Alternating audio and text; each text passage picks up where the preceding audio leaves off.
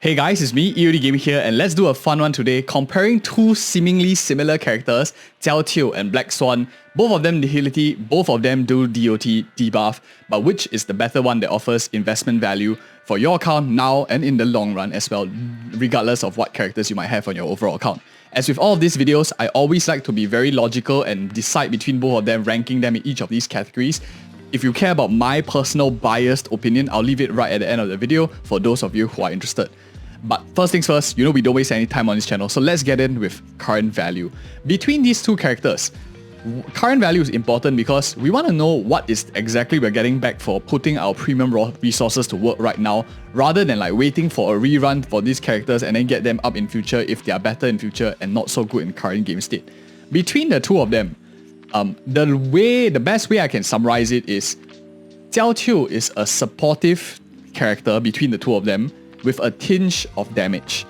Black Swan, on the other hand, is a damage character with a tinge of support. So it really boils down to the type of account that you're looking to build. Are you needing a DPS right now? Maybe if you are a person looking to build your first damage dealing DOT teams, you like the style, you've always wanted to explore it. Maybe you've been playing with like 4 stars like Sampo, Quek Serval, Luca and stuff like that, and you're ready to upgrade.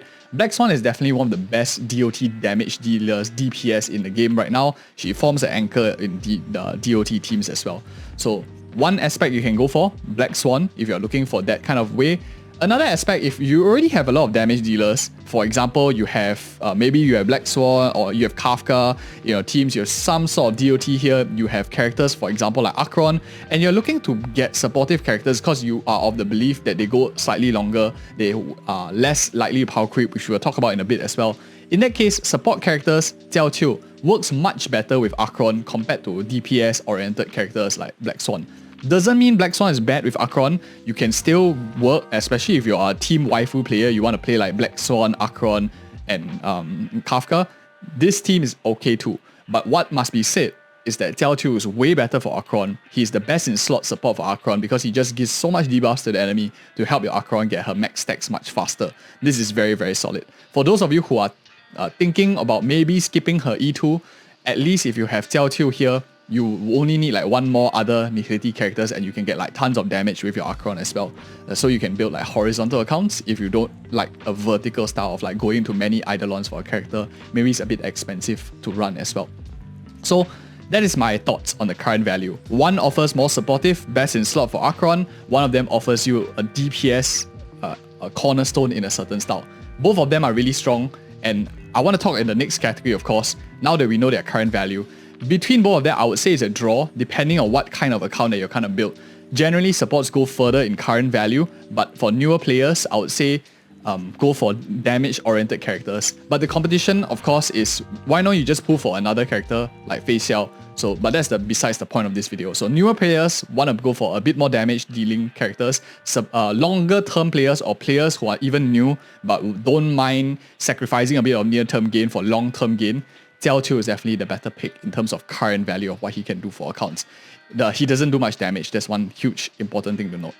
In terms of alternatives for both of them, and that's where it gets a little bit fun and you can try to see where they differentiate. I always like to talk about alternatives next, is even though characters might be good or bad for certain states in the current value, one important thing is to consider what are the other stuff already in game, because there's no point picking up certain characters that are in a very crowded space. The easiest out of these two is to look at a character like Black Swan. Who is Black Swan's competition? On one side, you have DOT characters, which is the likes of Kafka, your likes of Sampo, Quek. All of these characters generally compete for the same slot in a Black Swan team. Black Swan outperforms all of them most of the time. She's probably the best in slot DOT damage dealer. And if you pick Black Swan up, know that you have a very good anchor DOT character already. On the flip side, if you are trying to compare Black Swan to another category, which is something that she fits very well in, fits very well against also, it's in the win category. We have a very strong spanking DPS like Fizz.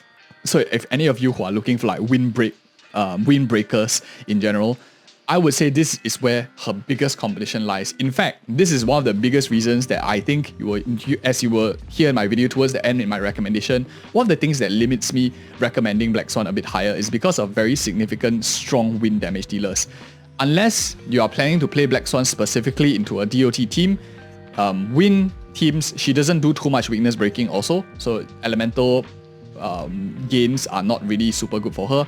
And even characters like Sampo might even have a better wind breaking ability, wind weakness breaking ability than Black Swan. So that is something important to know. If you are looking for wind weakness breaker, trying to hedge yourself on wind, probably Black Swan might not be the best for you. But those are some of the alternatives. So best in slot for DOT, wind weakness breaking, there are a lot of alternatives. Even Blade is also a pretty decent alternative to address wind. For Jiaoqiu on the other hand, he does have his competition. He has Quek who directly competes with him in a similar slot. So both of them fire, both of them nihility, both of them like supportive in nature. But one of the things, of course, is this Jiaoqiu here is like unrivaled uptime. He has like almost 100% uptime on every single of his abilities, which means you get tons of damage buffing. He's just super easy. I lose him on auto battle. It's just ridiculously easy to play as well. He just rotates through everything because of his amazing uptime. His 5-star stats are much more chunkier, so he definitely does outperform Quek in a lot of sense. But you do have to pay a 5-star premium for that too. Other than that, the main competition that Jiaoqiu has, of course, in Akirion teams are like other nihility characters. For example, other 5-star equivalent like Silver Wolf as well as Welt. These two offer you a lot of debuffing against enemies as well. And of course, characters like Kafka. These three offer you great amounts of debuffing in Akirion teams. But Jiaoqiu probably offers you the best AoE and single target debuffing in the game out of all three of them, helping you like hit many stacks for Akirion very, very quickly. So he's probably best in slot for a support. But there are pretty decent alternatives if you are looking for other nihility characters and you don't have the resources to pull him for an Akirion team. But just know, best in slot for Akirion. And if you have E0, you're likely going to need, you don't mind like double nihility 5-star together with your Akirion as well. Where it comes in the bigger picture, a bit more challenging thing to look at is nihility support role. He's very strong. He's very good because Akirion likes nihility. But outside of that, in the broader use, outside of Akirion teams, outside of like DOT teams, this support does feel a bit lackluster, especially when you're trying to compare with characters like Ranmei, compare with characters like Robin, compare with characters like Sparkle. These three are just way superior in their buffing potential compared to a support like Jiaoqiu, and that is where a lot of people find it falls short. One of the reasons why also Harmony is way better is Harmony, you don't even have to build for effect hit rate. You don't care about the enemy's effect rest. All you need to do is just buff your team.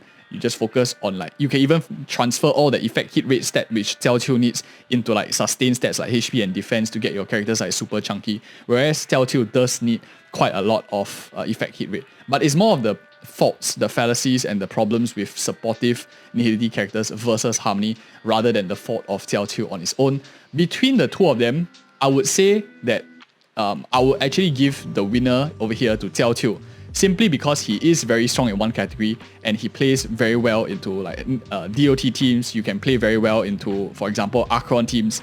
Whereas Black Swan does have very strong amounts of competition in the current game state with just a new win DPS that has just come out. It's yet to be seen whether it's going to be very strong. But in this bracket, it's like really roughly even because you can make do with like some other alternatives in the game for both of them, and they aren't like top picks that anyone would probably recommend. But I would have to give it out a little bit edged out to Jiaoqiu just because he offers a bit more of his overall kick compared to a character like Black Swan who just has a new competition entering the game. Alright, and in this section, let's talk about the future value of these two characters. It's not only important to look at the current value and their game state, but also peeking into the future, 6 months from now, how well will they do into the power creep kind of section, and how do they stand to gain from here? If they are much better in future, they are waiting for certain characters, then it might as well like pull them in future, right? So that's what this section aims to cover. Of course, future value, one important thing to note is Black Swan already has her first banner, and her third banner might take some time to come, whereas Jiaoqiu, this is his first banner, and if he comes back around for his second banner, probably on average is like 6 months. So that is a time factor also that I want to start off with for any of you who really like any of these two characters.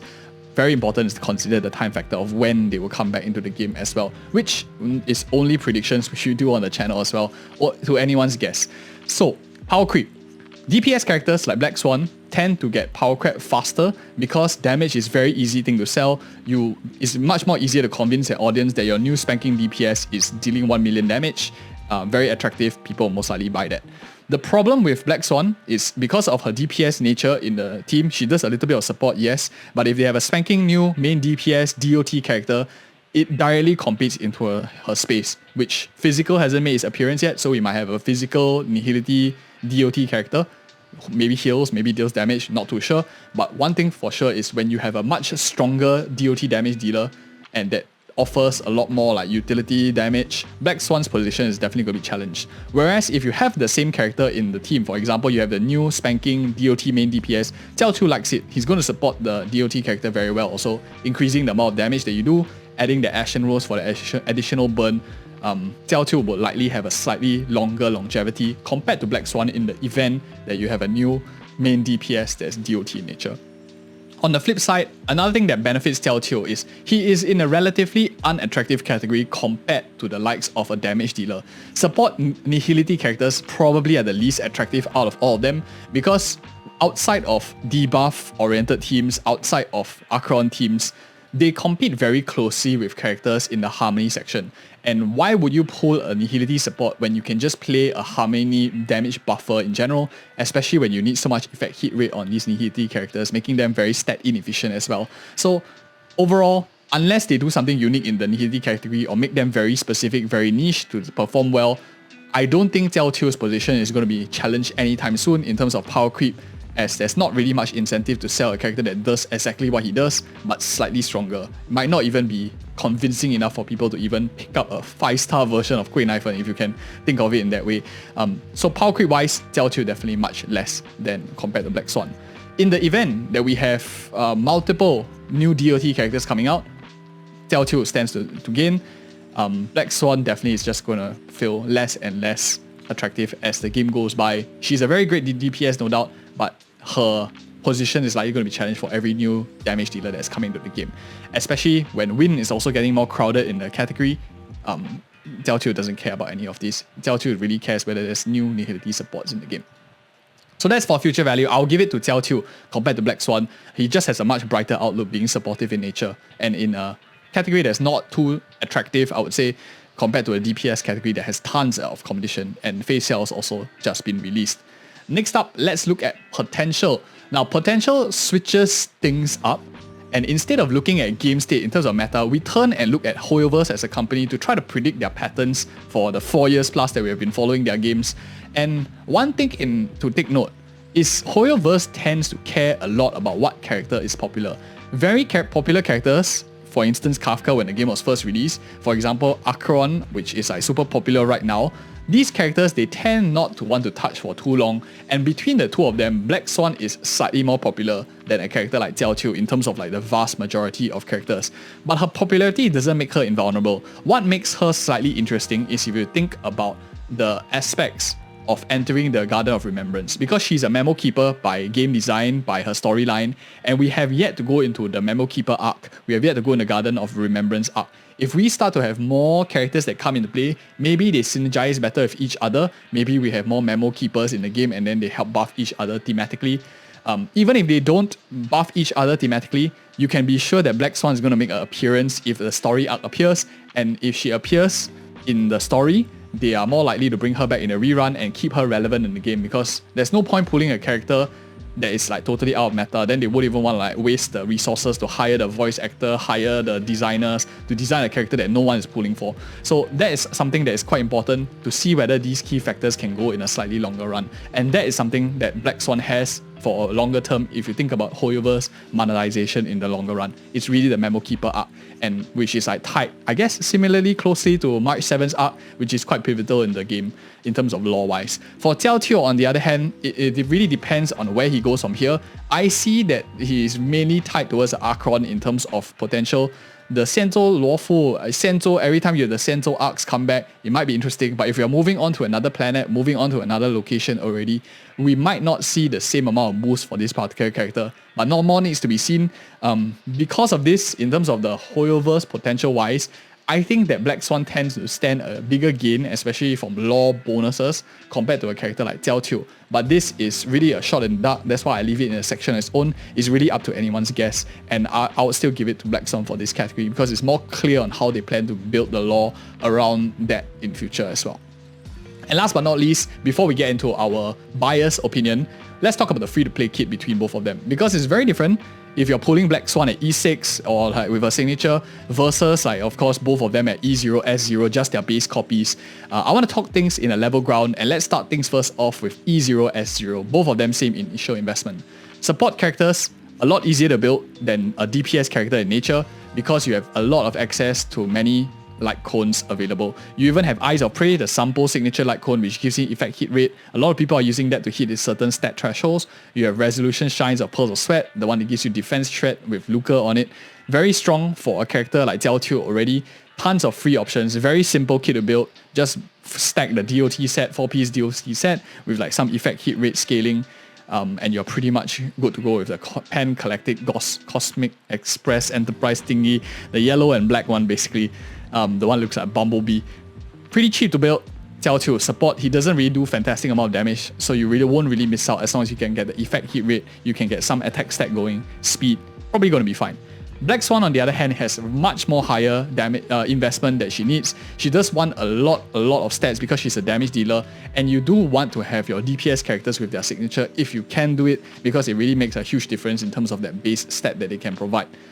Black Swan wants her signature light cone, likes her signature light cone. The rest of them are okay-ish. Maybe the one that comes close is like Kafka's signature, which is also a limited light cone, so definitely much more expensive to build. If you're getting into the game brand new, you're building a character, in my opinion, there are a lot of other cheaper DPS to start off with. For example, like Hun characters have very, very good free signature light cones of the one that you can get for Herta Shop. The Nihility one, kind of meh, the free one for a character like Black Swan, but then again, those are opinions. Of course, at higher investment, Black Swan is very, very strong. She does very good amounts of damage, especially if you can get Arcana stacks up very, very quickly. But Jiaoqiu is also pretty solid at E2 because you get a lot of damage coming from his burn then after.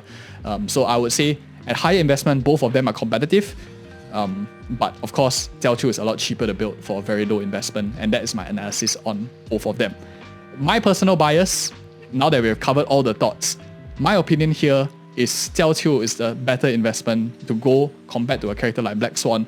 Black Swan has great design, strong character by design, but one of the worrying things I have is when is the next damage DOT character that's coming out. Black Swan was released way back in 2.0, and until now we haven't seen another damage dealing, a bleed kind of character from the DOT aspect, a more DPS nature. And once that happens, Black Swan lovers, Black Swan players will start to feel the heat. Hopefully that day takes longer to come, but still, because of these risk factors, I feel that it's safer for me to recommend to the majority of people to go with a character like Jiaoqiu, just a bit safer to play, even though you don't get the massive damage that Black Swan provides. But the bigger question that I want to ask you is, do you even need these two characters at all? Is DOT team style even worth it and attractive to play? Check out this video right here, and we cover that in our video as well. And thank you guys so much for watching. If you appreciate such content, like, comment, and share it with any of your friends for more of such future content as well. Thank you guys so much for watching. See you next video.